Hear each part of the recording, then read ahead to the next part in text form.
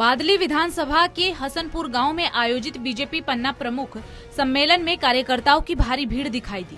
बरसात के चलते कार्यकर्ता टस से मस नहीं हुए। बीजेपी प्रदेश अध्यक्ष ओम प्रकाश धनखड़ भी कार्यकर्ताओं के साथ उनका हौसला बढ़ाने के लिए भारी बरसात के बीच जमीन पर बैठे नजर आए। पत्रकारों से बातचीत करते हुए ओम प्रकाश धनखड़ ने इनेलो और कांग्रेस के गठबंधन की अटकलों पर निशाना साधा।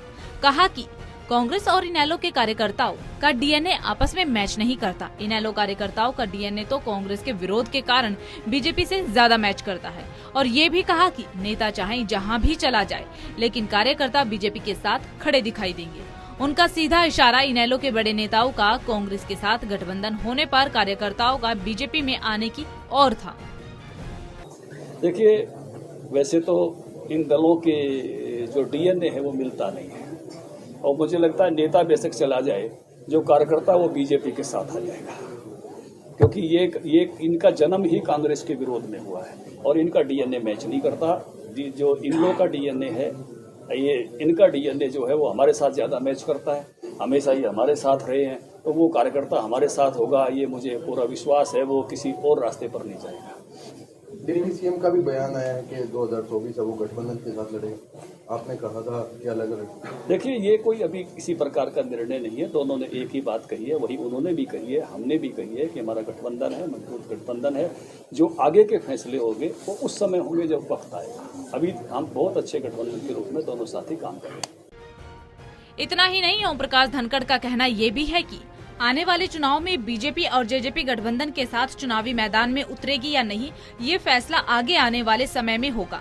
फिलहाल बीजेपी और जेजेपी पार्टियां अपने गठबंधन धर्म का निर्वहन कर रही है। दोनों पार्टियां साथ में बेहतर काम कर रही हैं, लेकिन आगामी चुनाव में गठबंधन के साथ चुनाव लड़ना है या नहीं, ये फैसला आगे आने वाले समय में लिया जाएगा। वहीं बीजेपी पन्ना प्रमुखों की भारी भीड़ को देखते हुए भाजपा हरियाणा प्रभारी बिप्लब देव भी खूब गदगद नजर आए।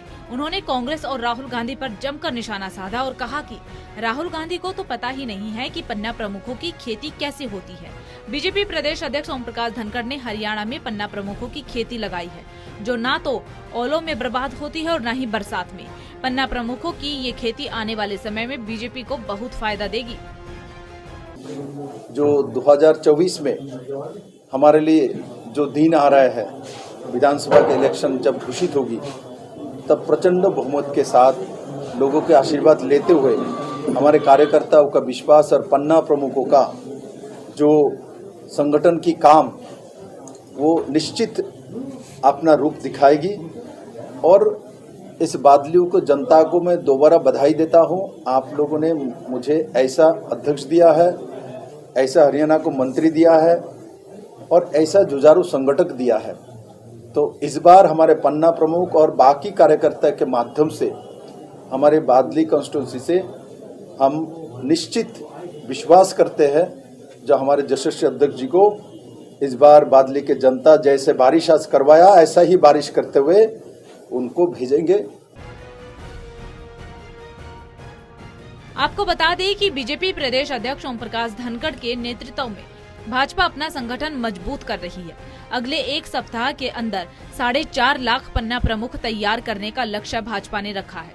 आगामी लोकसभा और विधानसभा चुनाव को देखते हुए ये सारी कवायद की जा रही है। अब ये तो आने वाला समय ही बताएगा कि भाजपा के पन्ना प्रमुख कितनी सक्रियता के साथ बीजेपी को जीत दिलवाने के लिए काम कर पाएगी या नहीं।